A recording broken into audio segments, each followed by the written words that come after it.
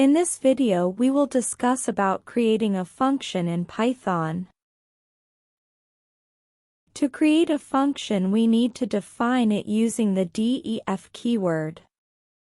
The basic syntax of creating function is def followed by function name followed by parentheses and colon.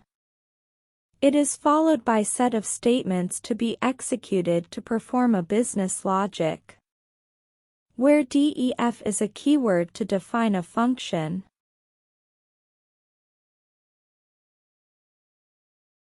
Function name is a unique identifier that is considered the name of the function. And statements is the business logic for the function. For example, the below is the function to print the output as Hello Python.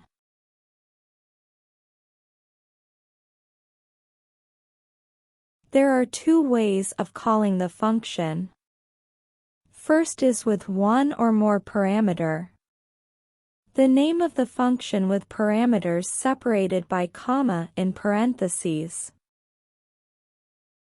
Second is without parameter. The name of the function with empty parentheses. Let's test the creation of function using a program. To create a function we need to specify the def keyword at starting.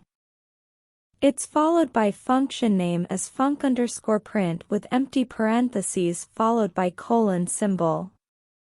Print statement is added to print the output as Hello Python. Once the function is created, it doesn't get executed. Executing the program, we can see that it has not printed any output. Adding the function call as function name as func_name with empty parentheses or without any parameters. When executed, we can see that now the function has been called and it has printed the output as Hello Python. We can call the function as many times as required. Adding once more function call and executing the program again, we can see that the output has been printed twice. If the return parameter is not specified, then it means that it's not going to return any value. Adding the return keyword with a static return type as py. In the function call, adding a variable x to save the value returned from the function. Adding a print statement to print the value of the variable x, which is storing the value returned from the function.